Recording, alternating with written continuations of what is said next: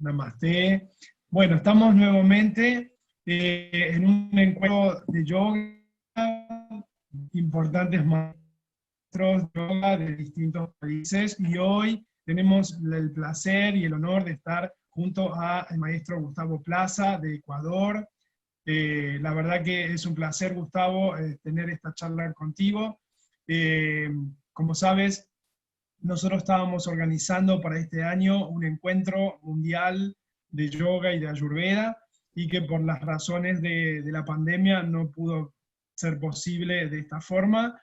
Así que estamos iniciando por motus propio, digamos, la Escuela Harión, en realizar distintas charlas con maestros de yoga del mundo, para que nos cuenten acerca de sus actividades, de su encuentro con el yoga, y, bueno, y algunas preguntas que van a ir surgiendo a medida que vamos haciendo la entrevista. Así que, en principio, te agradezco el momento y el tiempo que nos dispensas para poderla hacer, y me gustaría que te presentaras, porque seguramente hay muchas personas que sí te conocen, porque hay muchos alumnos tuyos, amigos que te conocen, pero para que las personas que no te conocen lo hagan a partir de ahora. Hari Om Swamiji, Namaste. Namaste. Gracias por su invitación. Gracias por la labor que usted realiza tanto en Argentina como en Hispanoamérica, con todo este tema del Yoga Alliance International y el World Yoga Federation. Realmente es una labor sumamente importante en el tiempo de hoy, poder compartir el yoga, poder afianzar el yoga y poder tener la oportunidad de aportar en la formación de profesores de yoga, y sobre todo profesores de yoga auténtico, porque hoy día se forman muchos profesores de fitness Sí, que sí, de de yoga eso tienen vamos poco. a, esa es una de las preguntas que te vamos a hacer. De yoga tienen poco, pero agradecerle esta oportunidad, agradecerle su labor también, y también apenado de no poderlas acompañar este año en Buenos Aires, en el Congreso Internacional de Yoga y Ayurveda, eh, pero todo sea por algo, y de alguna manera encontraremos la razón de Claro que estas, de sí.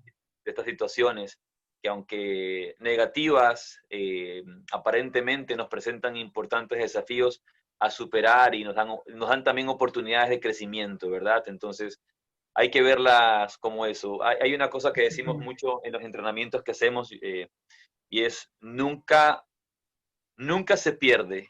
O se gana o se aprende. O se gana o se aprende, pero nunca se pierde.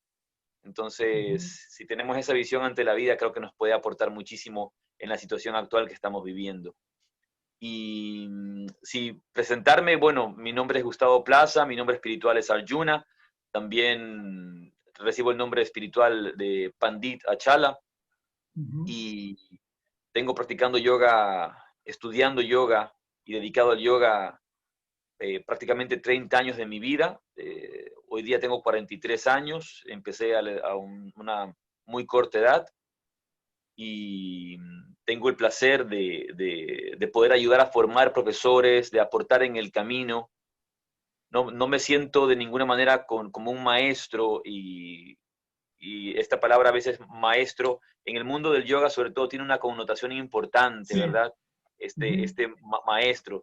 Por un lado hay los grupos que piensan, que utilizan esta palabra de una forma muy divina para referirse casi a los siddhas, como Sí, Jesucristo, claro, ¿verdad? claro. Maestro. Entonces, a veces uno se confunde en el camino de eso, ¿no? Entonces, cuando dicen, no soy un maestro, un profesor, y si ni siquiera un profesor, más bien yo trato de usar siempre esta frase, esta designación que utilizaba mucho uno de mis grandes maestros, porque ese sí era un maestro, Swami Vedabharati, de los Himalayas, que bien debe haber escuchado usted hablar de él, discípulo de Sí, Swami claro. Rama de los Himalayas, y él decía, lo que somos Kailiana Mitras, amigos espirituales, amigos en el camino espiritual, como se utiliza mucho en la sangha budista, Kailiana Mitra, y de esa manera poder compartir con todos un poquito del camino recorrido, del sendero recorrido y aportar de la mejor manera en el camino de evolución, de transformación de cada persona,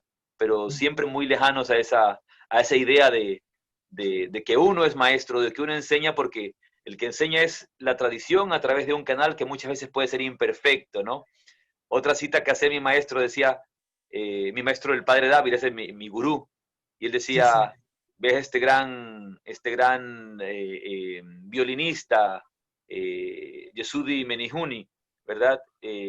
No sé si lo pronuncio bien, pero o sea, a él le pueden dar cualquier violín destruido, viejo, y lo va a hacer sonar como que fuera una obra de arte.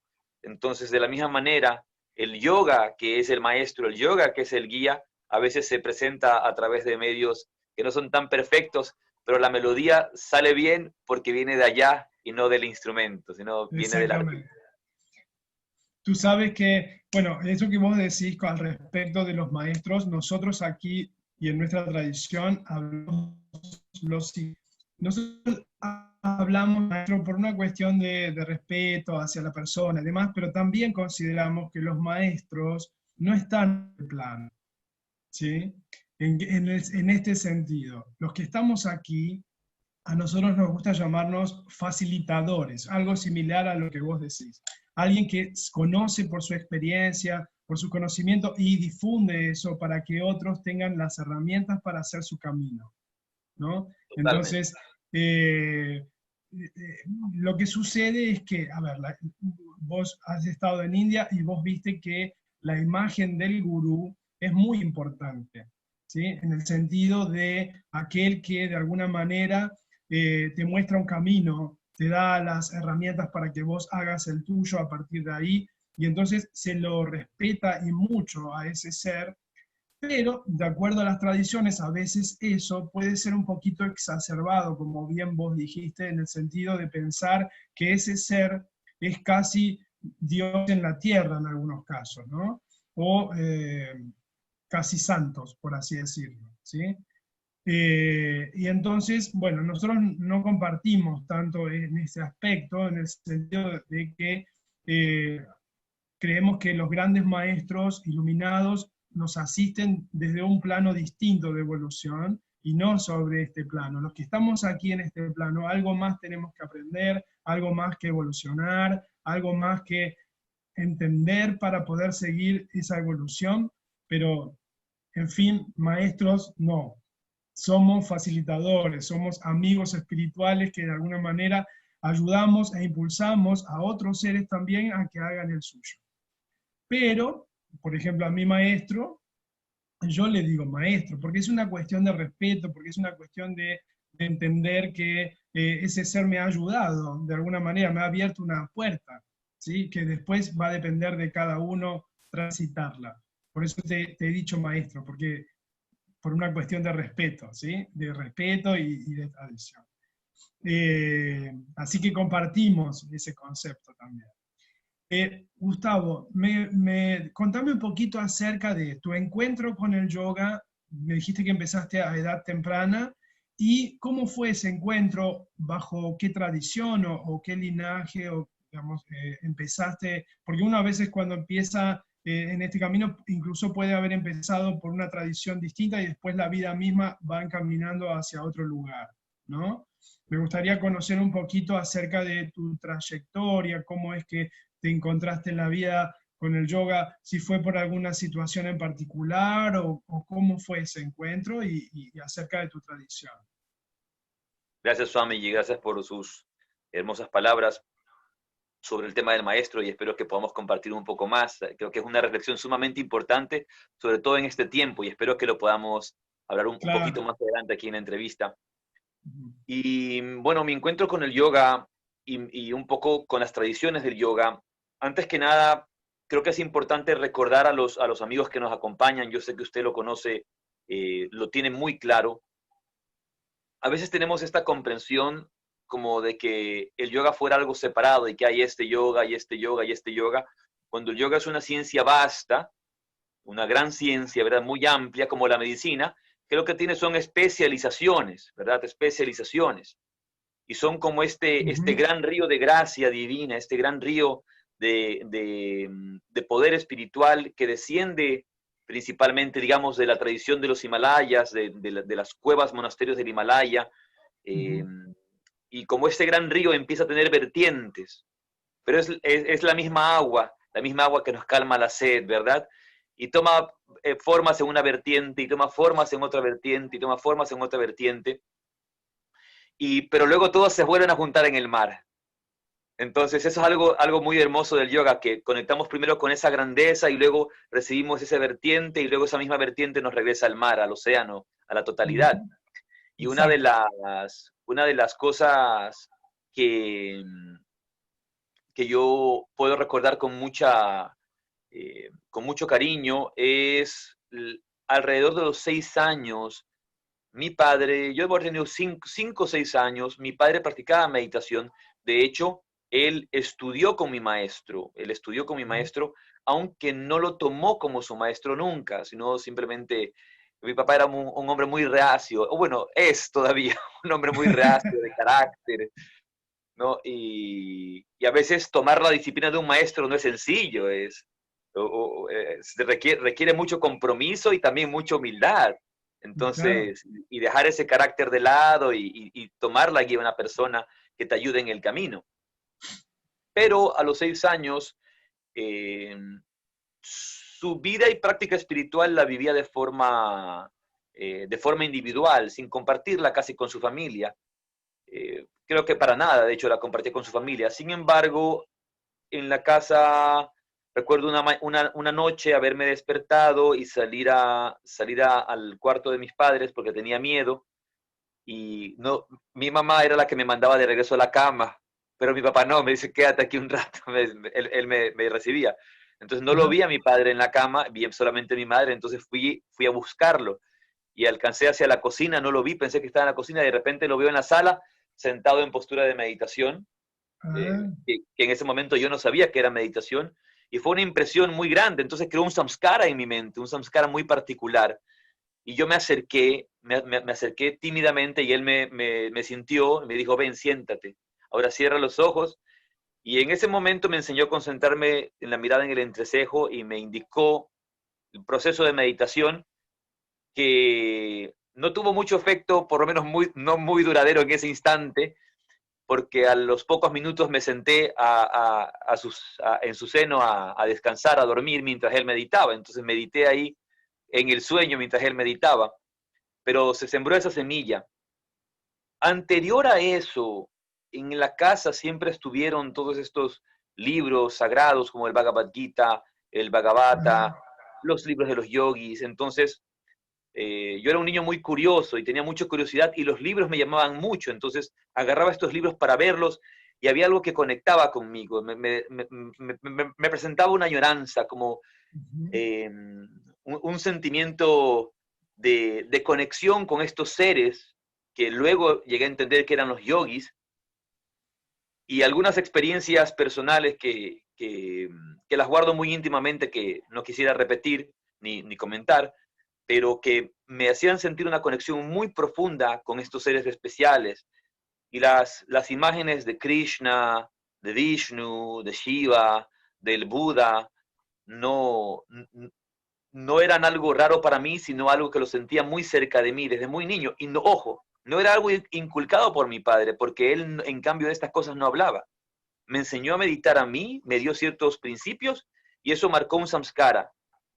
Dicen las tradiciones de la India que uno viene de otras vidas con mucha información, y que muchos de los yogis actuales nacen en familias de yogis o conectan con yogis para continuar el sendero que han dejado en vidas pasadas. Yo definitivamente sentiría que en eso hace en mi eco, creo que es real, y por lo menos si no fuera real, me pone contento de pensarlo. Y en ese instante se sembró esa semilla, y más adelante empecé a hacer artes marciales. Y en las artes marciales, sobre todo cuando se hacían hacia los años 70, 80, todavía estaban muy llenas de la mística del Oriente. Y y por un lado tenía prácticas yógicas que hacíamos en las artes marciales como parte del proceso de nuestro entrenamiento, y por el otro lado, todos estos libros que de alguna manera ya empezaban a calar en mí y empezaba yo a acercarme a ellos. Hacia los 13 años empecé a leer con mucha dedicación. El primer libro que leí, por supuesto, un clásico para muchos, con el que muchos empiezan, es El tercer ojo de Lobsang Rampa, que Ah, sí, claro. me Sí, sí. fascinó, Sí, me claro. fascinó, ¿no? Y dejó una marca, ¿no? Y quizá yo no le di mucha importancia nunca a esta operación que hoy sabemos que no existe, la operación de que era Lobsang Rampa, de Sí, ponerle claro. lente y de reflejo, ¿no? Con Eso, lobotomías. diremos que en el mundo del yoga sabemos que eso es una tontería, pero lo que sí quedó claro era la necesidad de un maestro, porque Lobsang Rampa tenía su maestro y sus maestros que le enseñaban y le guiaban para alcanzar los estados de conciencia o los niveles espirituales que él buscaba. Y entonces empezó en mí la búsqueda de un maestro espiritual. Leí, para esa época, imagínense, 13 años, leí el Evangelio de Ramakrishna, el Evangelio de Swami Vivekananda, la vida de Swami Vivekananda y el Evangelio Universal de Romain Rolland, un gran autor, gran biógrafo de Vivekananda, de Gandhi, de Ramakrishna. Luego tuve la oportunidad de leer a Yogananda y sentí una conexión muy fuerte con Yogananda. Por eso le vemos aquí. Sí, lo vi ahí en tu altar. Sí, sí. Muy fuerte con Yogananda. Y pasó un poco el tiempo y me empecé a dedicar mucho a una práctica sin guía. No tenía un maestro, no tenía una guía, pero los libros me daban cierta guía. La verdad es que estaba un poco fuera de mí, no comía adecuadamente, me hice vegetariano sin guía, pensaba que para vivir la vida espiritual tenía que renunciar un poco al mundo, empecé a dejar a mis amistades. Fue Claro. un proceso en el que me empecé a aislar a mí mismo y a duras penas tenía 14, 15 años. Mi padre, que para ese momento ya no practicaba porque él practicó esta práctica de yoga por un tiempo nomás, cuando yo era muy pequeño, luego nunca más lo hizo, vio mi estado actual y se dio cuenta que yo me estaba aislando mucho, había bajado mucho de peso. Yo estaba, según yo, contento, ¿no?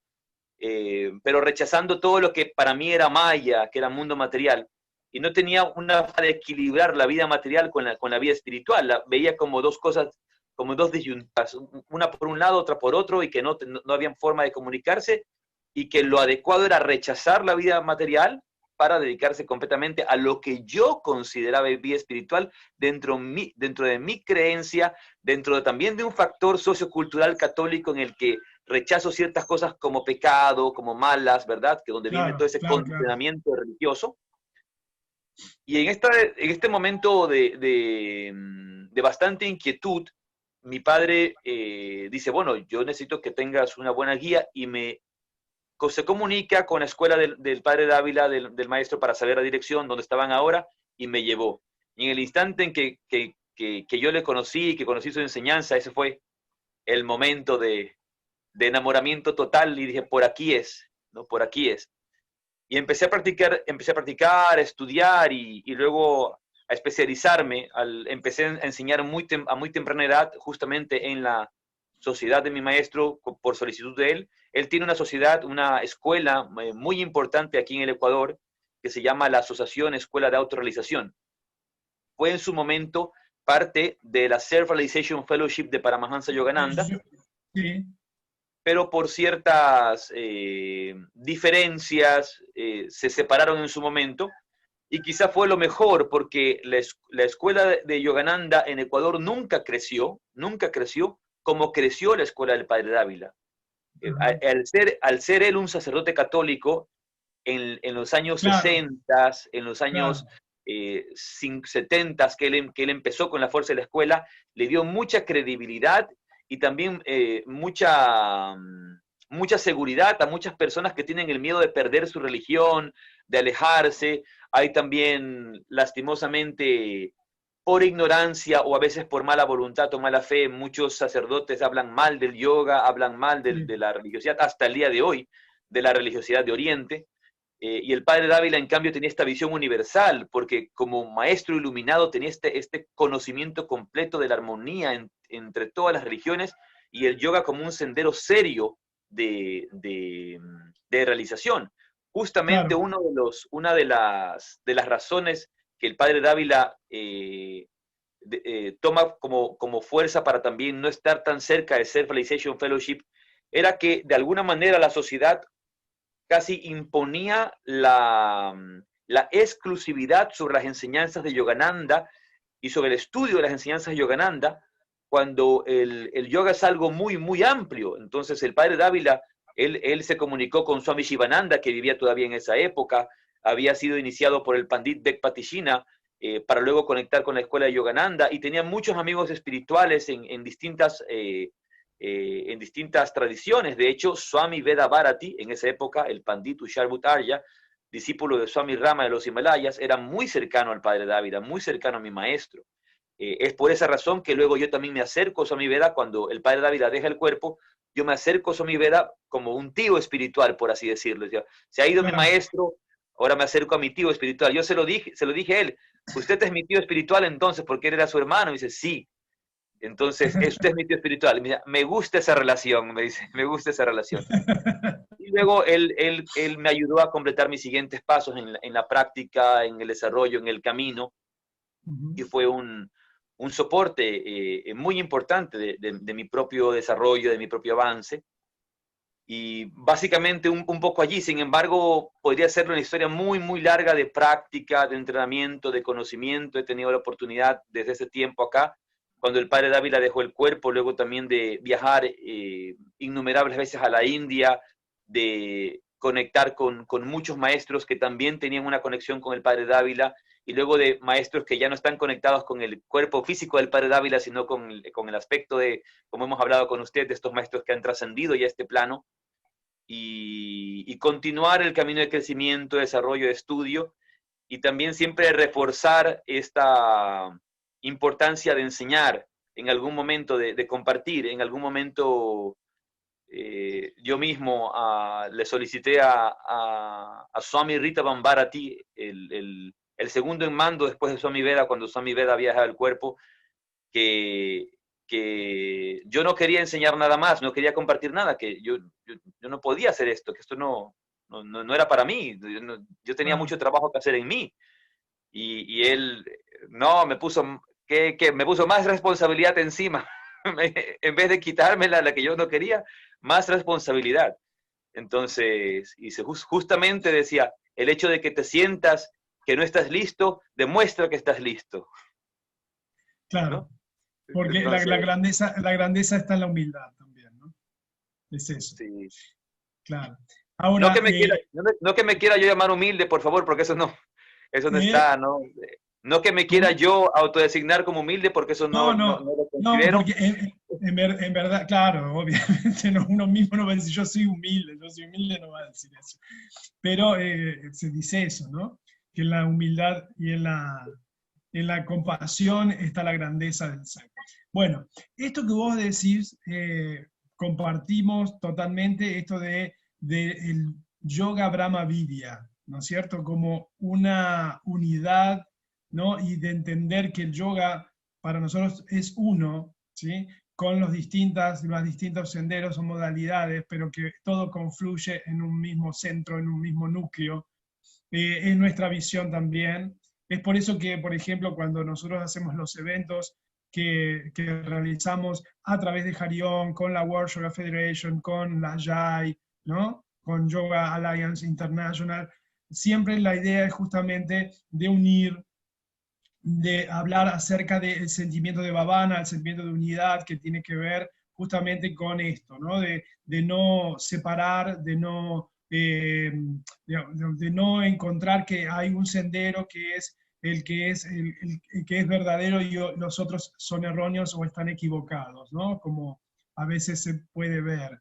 Aquí la idea es justamente no hacer lo que muchas religiones han realizado, o las religiones han realizado durante milenios, de separar al hombre. La idea es justamente encontrar la unión desde el sentimiento, no solamente de decir con un deseo desde las palabras, sino de encontrar ese sentimiento de unidad verdadera en nuestro corazón y poder difundir de esa manera el yoga, ¿no? Como una ciencia experimental, como nos gusta llamar a nosotros, con grandes preceptos filosóficos. Maravilloso, de hecho.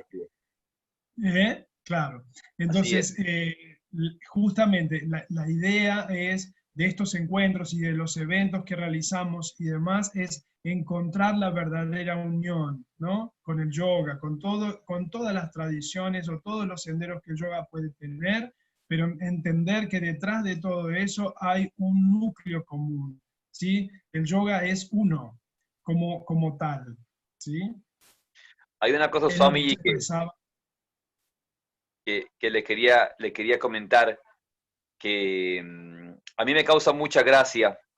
He leído innumerables versiones del Bhagavad Gita, es uno de mis pasiones, como debe ser también de las suyas.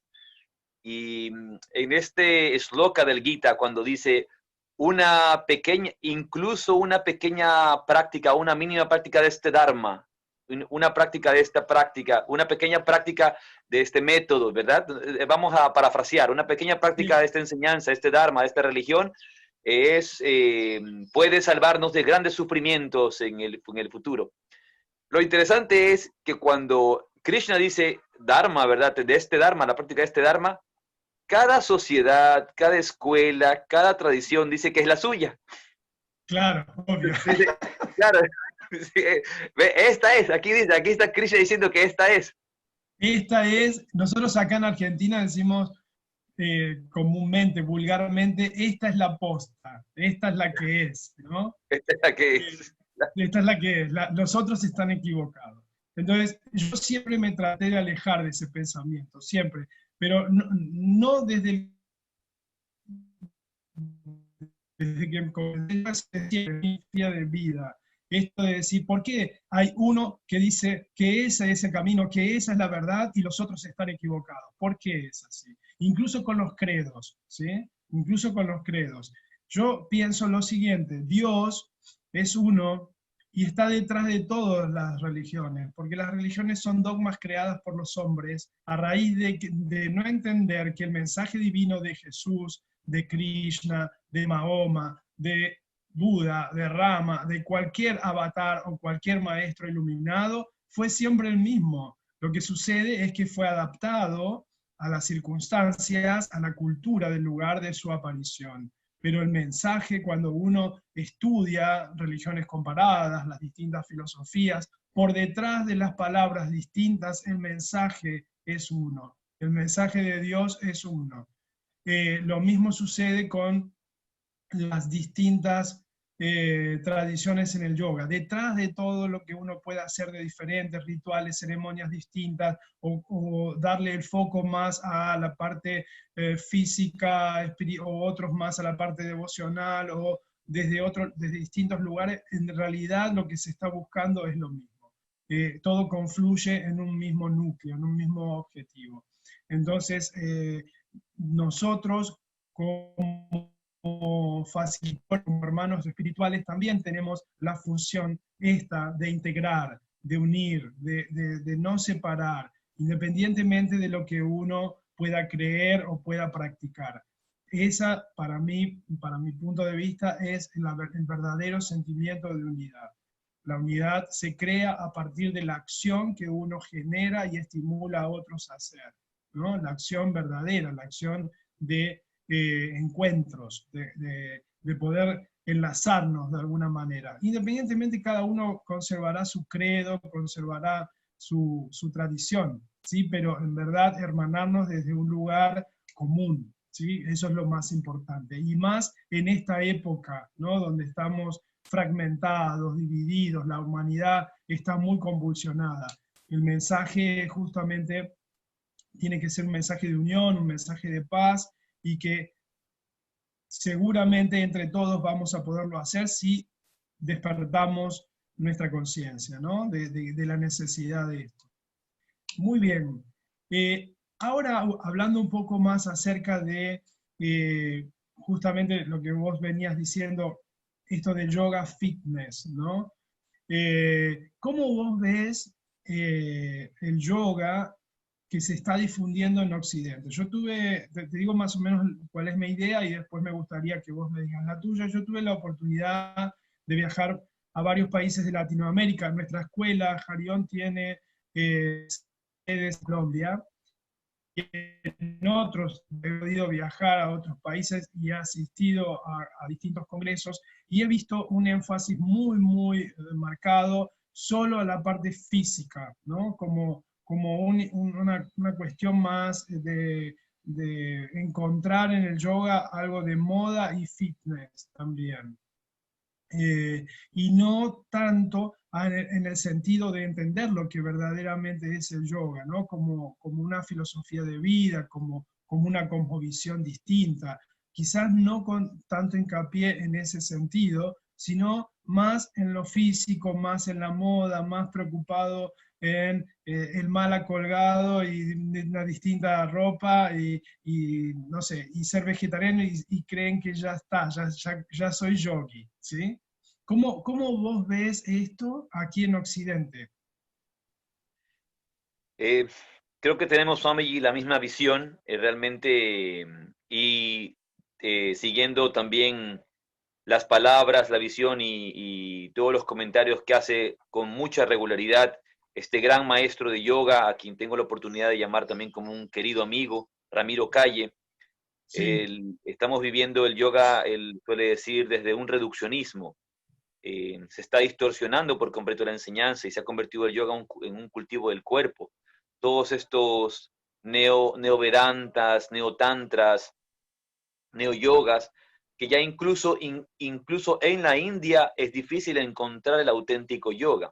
Y cuando hablamos de ujú, auténtico yoga, es el yoga obviamente de la búsqueda de la realización del ser. El, Creo que una de las cosas, para Ramiro Calle, y utilizando sus palabras, él dice que los primeros traidores del yoga, dice él, son los maestros de Oriente que trajeron la enseñanza a Occidente y la cambiaron justamente para su beneficio económico principalmente.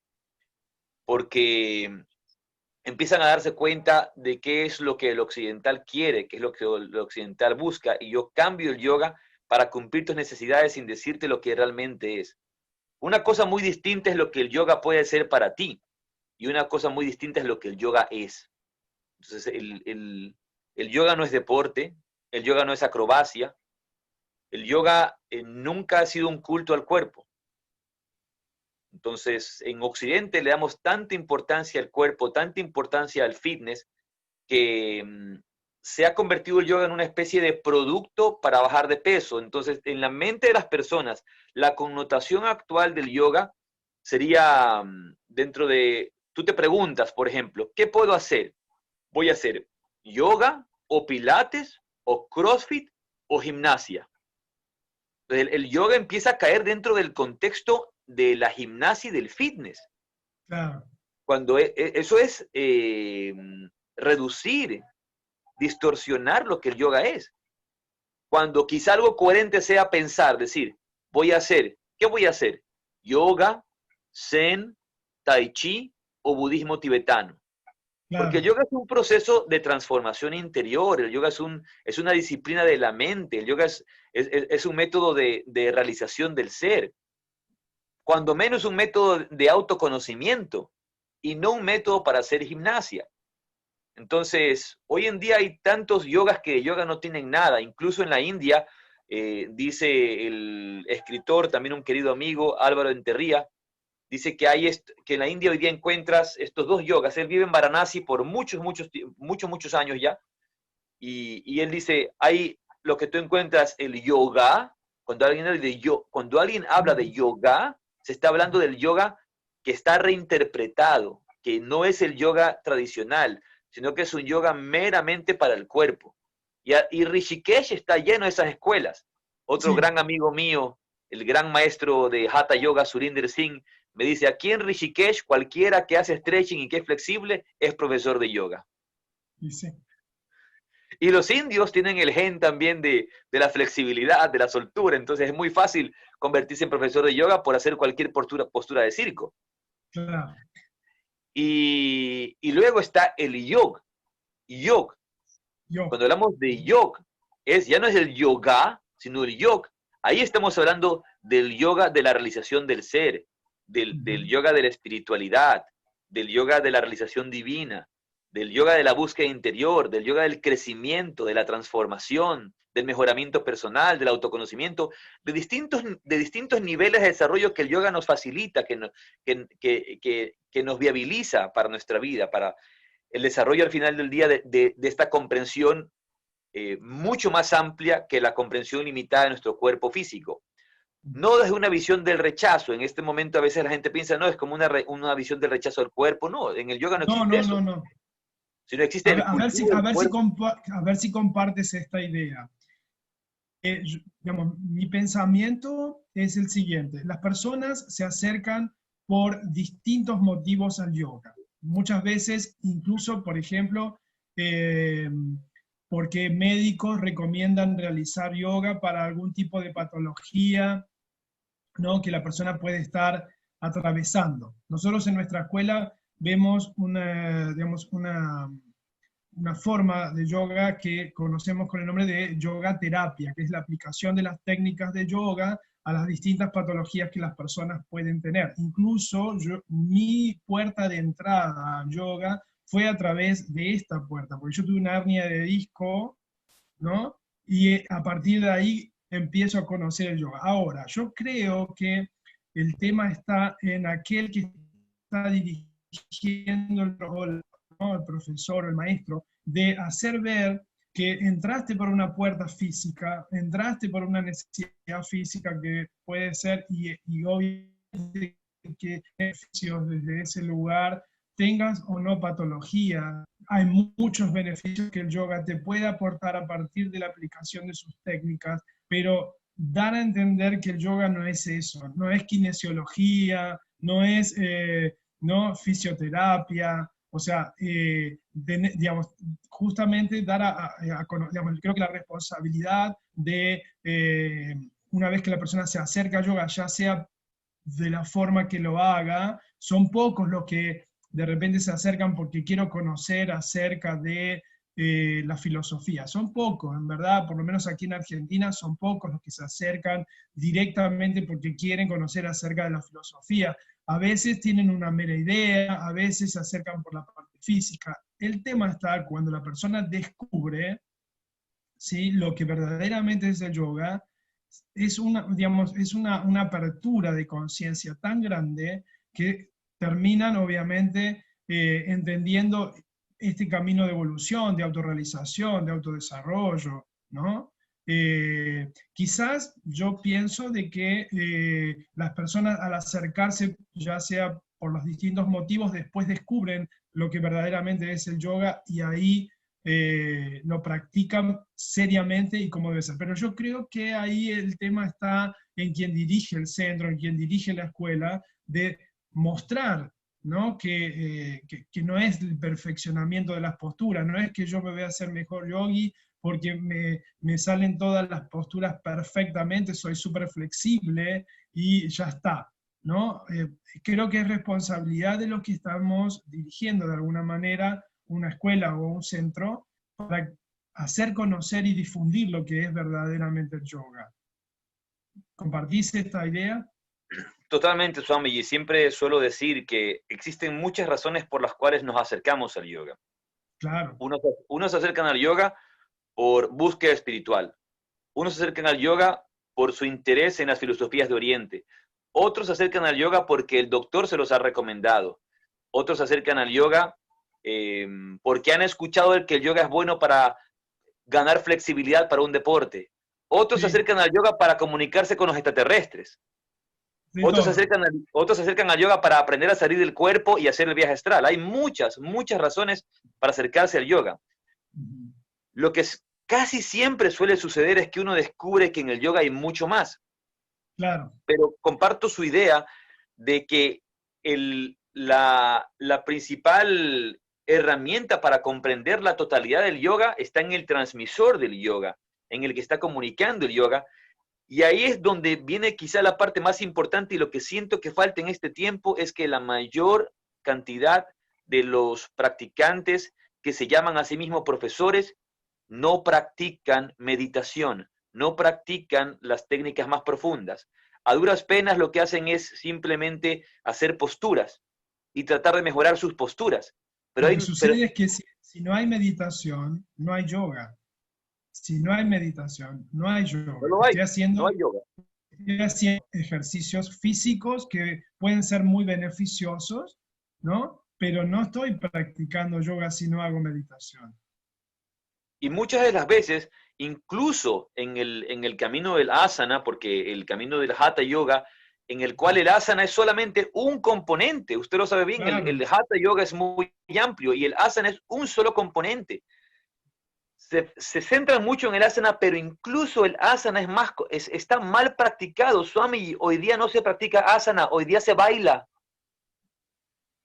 Hay de todo, hay todo, un poco de todo. Se mezcló muchas disciplinas dentro del yoga.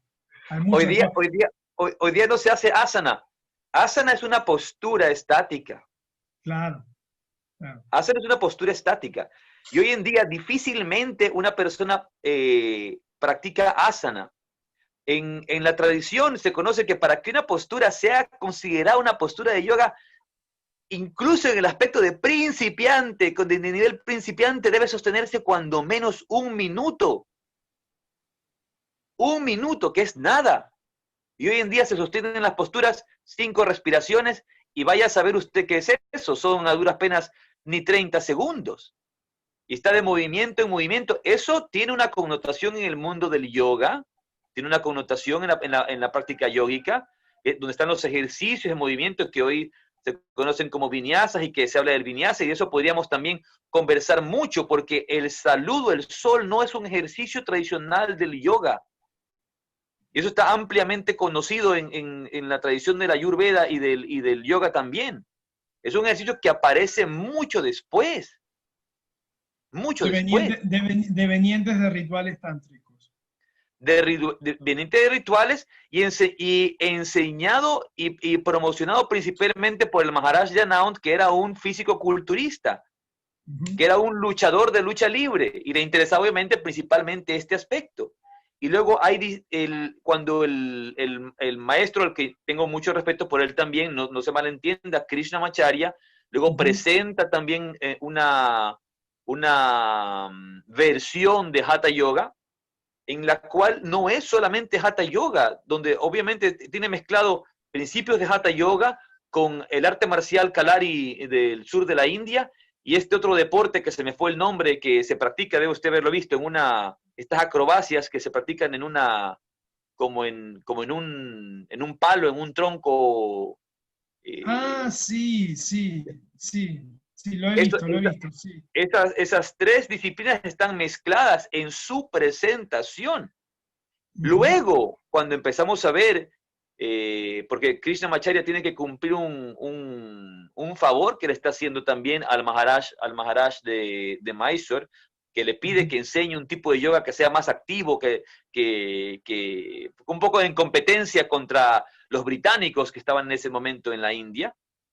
Y pasa ya ese tiempo y Krishnamacharya una vez más va a insistir en la necesidad de aplicar el yoga a cada persona y donde el asana es un asana estática. Asana estática. Y hay obviamente los movimientos, las respiraciones, eso siempre existió en el yoga. Usted debe conocer bien los chalanakriyas, sukshma vayam, todos los ejercicios de preparación, de soltura, que existen como parte, pero no son asana. Asana es una postura estática. Y hoy en día principalmente la gente está moviéndose en toda la clase, trabajando en un yoga dinámico, en un yoga rayásico. Y gracias a Dios todavía se mantiene la relajación. Ciertamente hay la oportunidad de tener profesores, guías, formadores, como es su caso, de estar enseñando también la necesidad de poder balancear cada uno de estos aspectos en la práctica de yoga y también practicar la parte importante del cultivo del cuerpo, del cultivo físico, es necesario.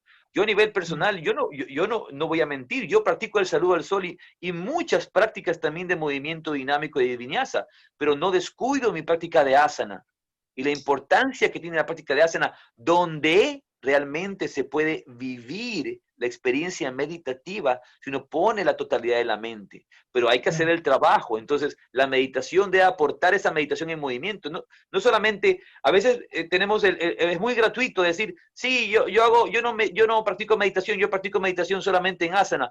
Y Swamiji, uno tiene que ser sincero, eso no sucede. Si no sucede, estar pendiente de la mente, uno tiene que disciplinar la mente y uno se entrena para eso. Está el entrenamiento. Y entonces la práctica meditativa se vuelve un apoyo a mis otras prácticas y mis otras prácticas se vuelven un apoyo también a mi práctica meditativa. Y luego mi vida se vuelve un apoyo a mi práctica meditativa y mi disciplina espiritual, mi sadhana, y mi sadhana se vuelve un apoyo para mi vida. Está en constante retroalimentación. Exacto. Pero Exacto. principalmente hoy día estamos enfocándonos en un aspecto principalmente dinámico o terapéutico. De repente hay yogas que no parecen yogas, sino kinesiología, como usted bien lo ha dicho. Que Mira, parecen... digamos, a ver, nosotros tenemos dentro de la escuela, digamos, la formación en yoga y tenemos un aspecto que es lo que conocemos con el nombre de yoga terapia, que como dije, que es la aplicación de las técnicas de yoga a las distintas patologías que las personas puedan tener, incluso, digamos, como tenemos la visión de la Ayurveda también en la escuela, entonces sabemos que hay distintas prácticas de yoga de acuerdo a los biotipos ayurvédicos, que no para todos es exactamente igual, o qué asanas, digamos, le vienen mejor para mantener sus equilibrios, etcétera, etcétera, etcétera. Ahora, hay escuelas de yoga en donde, por ejemplo, yo conozco que de repente participan en la formación médicos, kinesiólogos, con una visión muy, si se quiere, profesional paramédico, si se quiere, ¿no? Como una, digamos, a ver si mal entiendo, no es una crítica a nadie, sino solamente un pensamiento. Yo necesito conocer, si voy a formarme, digamos, desde el lugar terapéutico que el yoga me puede aportar y demás, necesito conocer, obviamente, el cuerpo humano, necesito saber los sistemas, etcétera, etcétera, pero no a un nivel de profundidad que un médico o un kinesiólogo me va a formar, porque en definitiva yo estoy formando a un profesor de yoga con un conocimiento adicional que es, digamos, tengo un alumno que tiene hernia de disco, entonces la práctica va a tener que ser modificada para él en algunos aspectos, porque ciertas retroflexiones exigidas o algunas posturas pueden perjudicarlo aún más. Entonces, ese tipo de cuestiones uno lo tiene, o por ejemplo, tengo un alumno que es hipertenso, que es cardíaco, y de repente posturas de inversión por mucho tiempo también los pueden perjudicar. Entonces, obviamente, después con la práctica, y sabemos muy bien que eso sucede por la propia experiencia, las personas van modificando y van sanando, y entonces ahí vuelven a una práctica de yoga sin los cuidados que mantuvieron al principio hasta antes de sanar, ¿sí? Por así decirlo. Pero, digamos, el conocimiento que un profesor que tiene esta orientación, a mi criterio, no necesita, digamos, saber, por decirte algo, desde dónde sale un nervio, hasta dónde llega un nervio, o a dónde se inserta un músculo y dónde... ¿Se entiende lo que digo? Al nivel de profundidad que lo he visto, ¿sí? Porque no estoy formando kinesiólogos ni fisioterapeutas, estoy formando profesores de yoga con una visión terapéutica o para que tengan una visión para poder ayudar a las personas que pueden tener, que la verdad que hoy, por lo menos aquí en Argentina, hay un porcentaje muy elevado de alumnos que vienen y se acercan al yoga con determinadas patologías, ¿sí? Porque cada vez más es recomendado por los médicos. Acá hay médicos que hablan, por televisión mismo, hay médicos que hablan de los eh, efectos de la meditación, recomiendan la meditación como práctica, ¿sí? Entonces muchas personas vienen, ¿no?, con esta visión de haberlo escuchado, de haberlo visto, y después descubren el yoga, como vos bien decías, y ahí se enamoran del yoga y lo conocen a partir de este. Pero hay como distorsiones, a mi entender, en algunos criterios, ¿sí?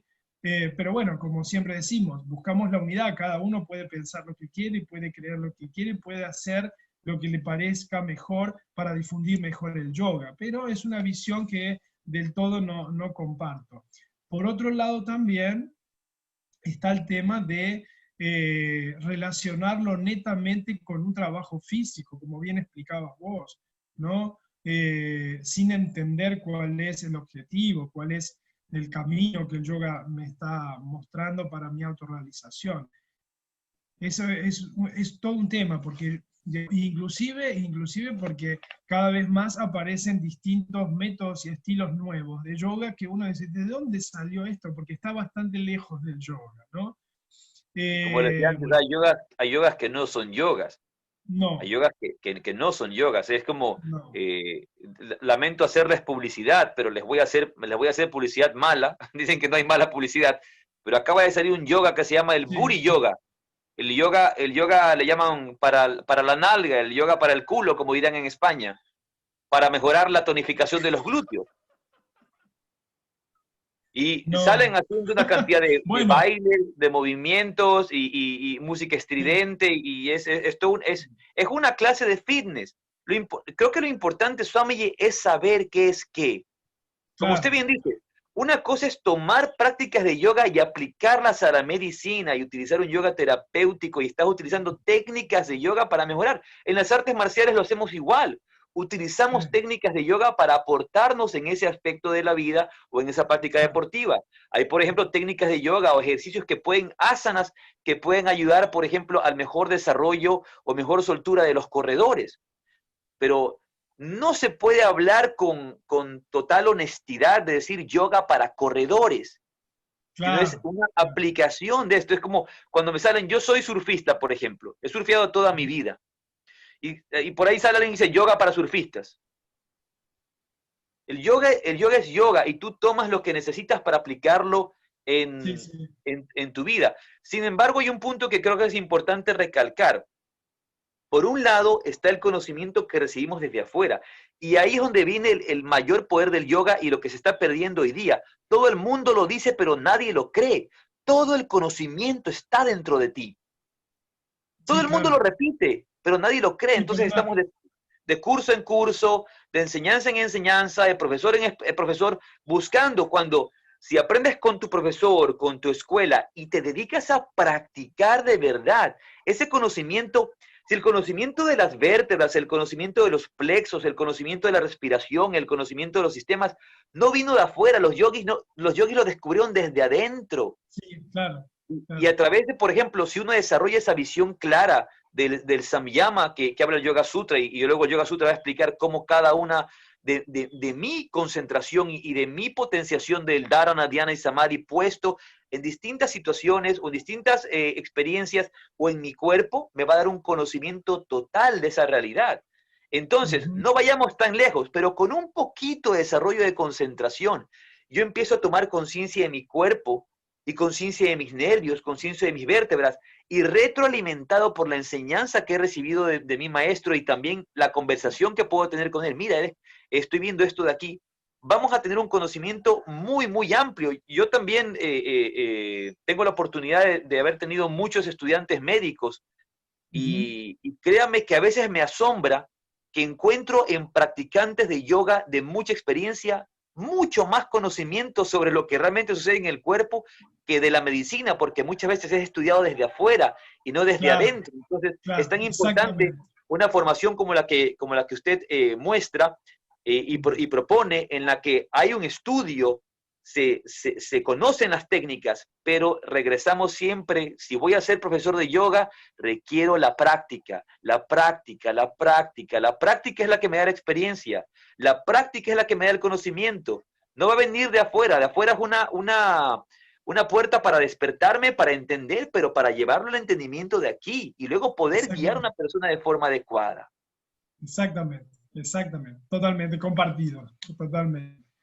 Bueno, Gustavo, ya la verdad que no te quiero, digamos, yo te agradezco mucho todo el tiempo que nos estás dispensando en este encuentro, que es maravilloso, y yo me quedaría horas hablando contigo porque compartimos, digamos, digamos, compartir todo lo que digamos, estamos compartiendo. Yo lo que te quiero preguntar ahora es, por ejemplo, ¿tu escuela en dónde está en Ecuador? ¿En qué ciudad? Yo tengo base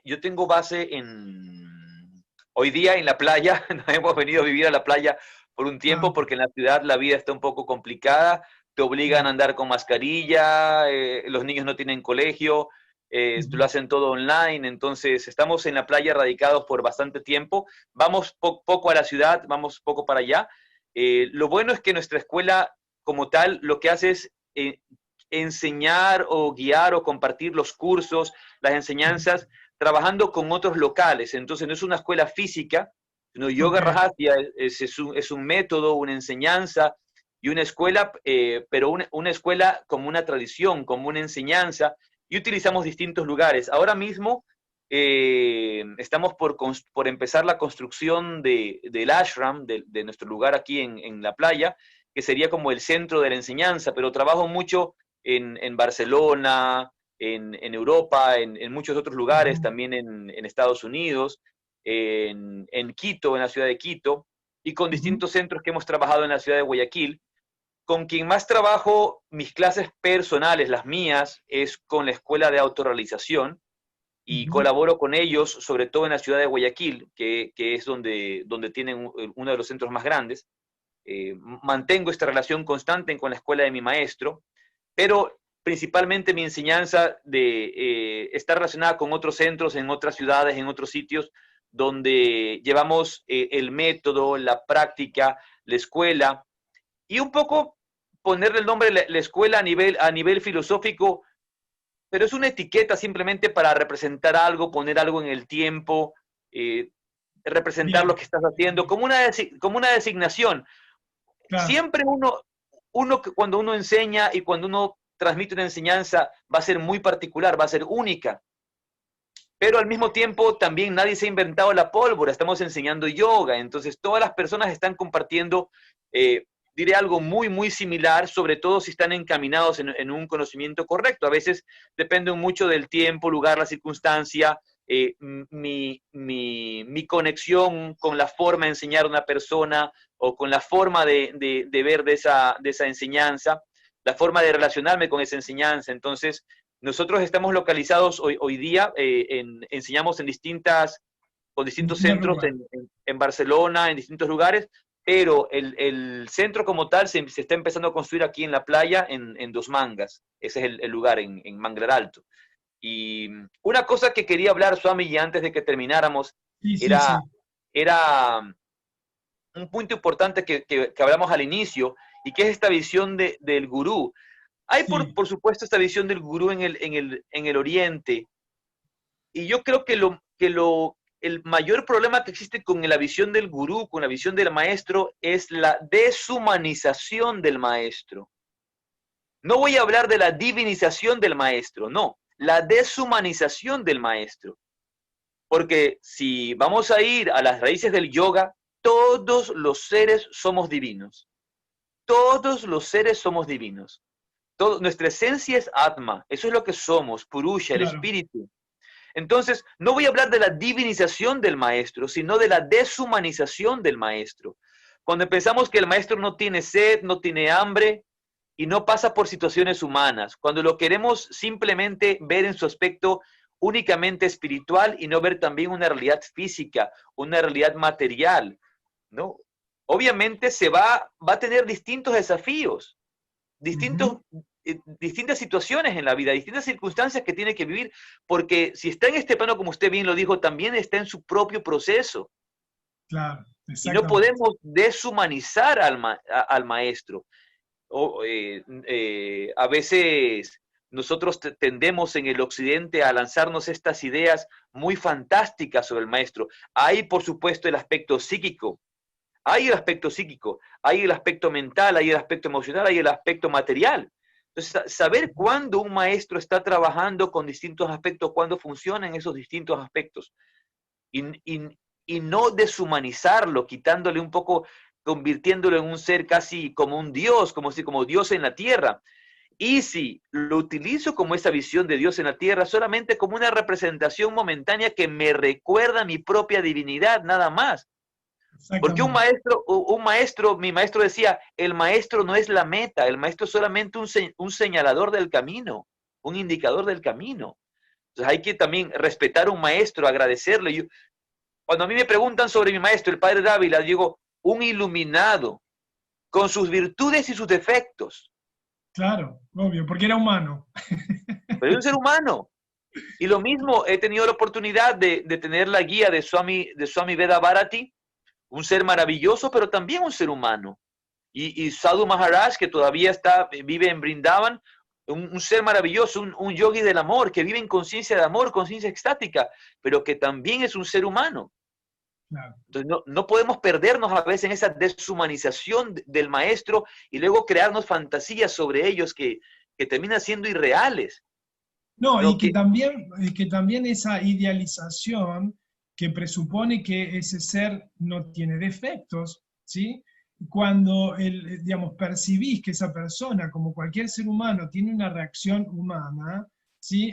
¿Qué pasa? Se te cayó del pedestal, se te cayó de esa idealización, ¿sí? Entonces, automáticamente te sentís angustiado, te sentís mal, ¿cómo puede ser que yo lo consideraba tal o cual, y mirá lo que hizo, mirá cómo reaccionó, mirá qué pasó, ¿no es cierto? Es esa idealización llevada al extremo. Obviamente que se supone que una persona que viene transitando este camino ya ha trascendido ciertas cosas, digamos, y obviamente el trabajo espiritual, nos va fortaleciendo en algunos aspectos y se supone que tenemos una madurez en lo que tiene que ver con la inteligencia emocional, pero somos humanos y que nos pueden, digamos, se nos pueden volar los pájaros, ¿no? Como decimos nosotros, se pueden pasar cosas humanas, ¿sí?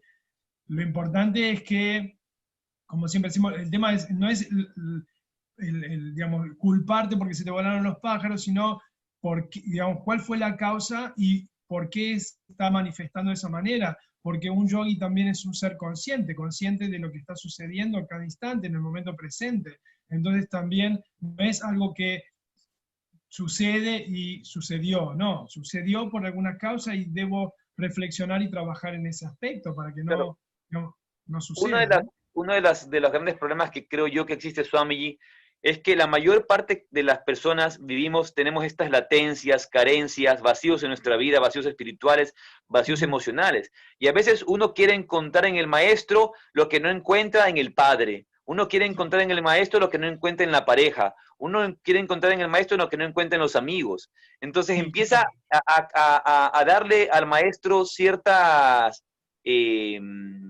connotaciones que el maestro no tiene. Entonces es como, de repente le escribes a tu maestro para preguntarle, Swami Veda Bharati hacía esta relación, decía, de repente le escribes al gurú, Guruji, ¿qué le parece? Me pongo hoy día para ir a la fiesta un vestido color rojo o un vestido color negro. Como, claro. yo qué sé. Ay, pero Claro, ¿dónde está la sabiduría del maestro que no me puede responder esto? ¿Me explico? claro, claro, Entonces, claro, claro. vemos mucho, queremos cumplir estos vacíos existenciales, estas Ujú. carencias emocionales de nuestra vida, de lo que me faltó de mi padre, de lo que me faltó de mi madre, de lo que me faltó de mi pareja, y lo quiero encontrar en mi maestro. Y andamos caminando un poco en la vida como víctimas también, víctimas de situaciones. Y cuando se presenta un maestro de verdad, el maestro no te va a dejar ser una víctima, te va a ayudar a Claro, salir de ese sendero, va a ser muchas veces firme. Y en ese momento dice, ay, pero el maestro es muy duro conmigo. Mejor me claro. busco uno que Bueno, sea más suave. vos fíjate que hemos tenido, es de público conocimiento, digamos, supuestos maestros grandes, digamos, con gran reconocimiento, con graves problemas de abusos sexuales y de varias situaciones es de público conocimiento.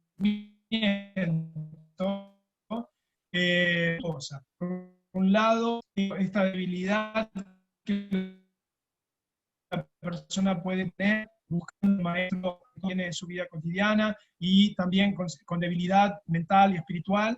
Y está por otro lado aquel que tiene su comportamiento perverso y se aprovecha de esa situación para, digamos, de alguna manera conseguir objetivos espurios, ¿no? Entonces, por eso también se dio lo que se dio con maestros reconocidos, ¿no? Que se está hablando en estos momentos. Por esas dos situaciones. Por un lado, por la idealización del maestro, por buscar en el maestro, como vos dijiste, todo aquello que me está faltando en la vida, y entonces coloco al maestro en esos agujeritos, ¿sí? Como cumpliendo esas deficiencias.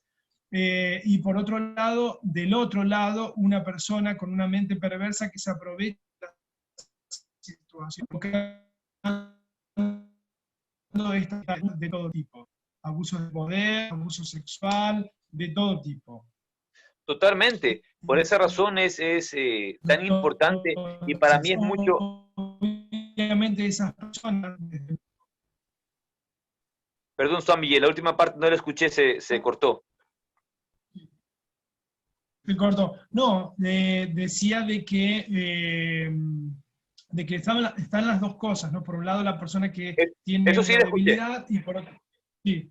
Y, no, y al final que suceden las cosas que conocemos, que es este público conocimiento, producto de una persona con una mente perversa y que se aprovecha de esas situaciones. La verdad que están lejos de ser maestros de yoga, están lejos de estar en yoga, ¿no? Por los comportamientos Totalmente. que, ¿no? Son personas que lucran con el yoga o se muestran como grandes maestros o grandes, pero en verdad después en la vida no actúan con verdadero yogi, ¿sí? Y eso Creo en que, todos los de la vida. creo que Personas que, digamos, son violentas, o sea, no están viviendo dentro de los preceptos del yoga. Ven al yoga como quizás un medio de vida, como si tuviera, en vez de poner una pizzería, puse una escuela de yoga, puse un centro de yoga. Más o menos lo ven desde el punto de vista comercial o de negocio nada más, ¿no? Y uno se encuentra, como también hay formaciones así express, porque vieron que en Occidente la gente quiere todo ya, entonces forman profesores en 15 días o en un mes. También eso existe, ¿sí? La persona, si vos tenés dinero y me pagás, no sé, $3.000, yo en un mes te hago profesor de yoga. Y eso existe totalmente. también. Eso existe también. Y eso es, digamos, totalmente fuera de lugar, pero bueno. En el Swami, mundo, en el mundo una, está, mira, yo pienso, para terminar, pienso en lo siguiente, el mundo es como eh, internamente y en el mundo, en el macrocosmo lo mismo. Siempre existe un santo y un demonio, en uno y en el mundo, ¿no? En el caso de uno, tiene uno que saber a quién quiere alimentar, si al santo o al demonio. Sí, pero totalmente. el santo y el demonio coexisten como el mandala del yin y el yang. Existe en lo blanco un puntito negro y en lo negro un puntito blanco. Tengo que saber de qué lado voy a estar, nada más. Creo que para mí es muy importante, justamente hablando del tema del maestro, del guía, del gurú, es contar con con la guía de una persona sincera, Claro, honesta, que no se vende como un dios, sino que simplemente reconoce sus virtudes y sus defectos y frente a ellos actúa hacia adelante. Muchos de estos grandes fraudes, de los cuales usted ha hablado también ahora, se dan porque por un lado está esta divinización de que nosotros le ponemos al maestro y la deshumanización también que existe, y luego que ese maestro se vende de esa manera, se viste de una forma, habla de cierta forma, se presenta claro, de cierta forma, y hay este halo místico para su presentación, porque es lo que está vendiendo, pero detrás no muestra lo que realmente es. Entonces, creo que mientras más sincera es la persona, mientras más claridad tenemos para ver que esa persona está siendo sincera, honesta, real, y se presenta tal cual es, sin ninguna parafernalia, entonces eh, podemos ver su sinceridad. Ahora viene a mi memoria una alumna mía que la recibí como alumna hace algún tiempo, y me dice, maestro, tomémonos una foto. Ok, yo me tomo la foto. Y yo estaba quiero tener un recuerdo con usted, yo estaba en una camisa normal, ¿no? No, pero vístase, Vístase vístase, como vístase maestro. de forma, quería que me ponga mi curta blanca, ¿no? Dice, pero Ah, eso, yo digo, eso, pero es para mí, me dice, está bien. Entonces fui y me puse mi curta, pero ahí está claro, Swamiji, es lo que la gente mentalmente quiere tener. claro, Entonces yo me exactamente. visto de una forma, entonces eso ya, ahí ya soy maestro. Pero si estoy con Claro. una camiseta que dice cualquier marca, Volcom o de otro No, color, ya no, entonces ya no eres maestro. ya no sos maestro, ya no sos maestro. No, pero aparte, bueno, eso sabes qué es estar muy enfocado y ocupado en el parecer y no en el ser. En el parecer y no en el ser, ¿no? Y eso vale tanto para los alumnos como también para los profesores y los que se dicen maestros que están así como, tengo una entrevista, me pongo el mala, me pongo el manto, ¿no? Todo así, todo como pareciendo, y tengo que más tranquilo, ¿no? Como un ser iluminado, o sea, son todas cuestiones que aparte ese acting cae, ese acting no se puede sostener, ¿no? Porque cuando uno está preocupado en parecer algo, es como si estuviéramos actuando, tomando un rol, y el rol y el actuar no pueden permanecer en ese rol y en ese actuar durante tu vida. En algún momento se muestra que sos, ¿no? Entonces, si uno actúa naturalmente, como verdaderamente es, hablo con vos como estoy hablando como mi madre, ¿no? Con cualquier otra persona y me manifiesto tal cual soy. Verdaderamente ahí la sinceridad del ser, ¿no? No hace falta impostar nada, no hace falta vestirse de una determinada manera, ni hablar con un tono, ni... Son cosas que son triviales, no tienen que ver exactamente con lo que uno transmite. Lo que uno transmite es lo que Como se dice, verdaderamente es. dice, Y cuando el uno hábito, eh, el hábito no hace al monje. no hace al monje, exactamente. Y eso que vos decías es muy importante en el sentido de la práctica, la constancia, la perseverancia, del contacto íntimo con lo que verdaderamente soy, ¿sí? Con mi Atman, ¿sí? Con el fragmento del Purusha que está en mí.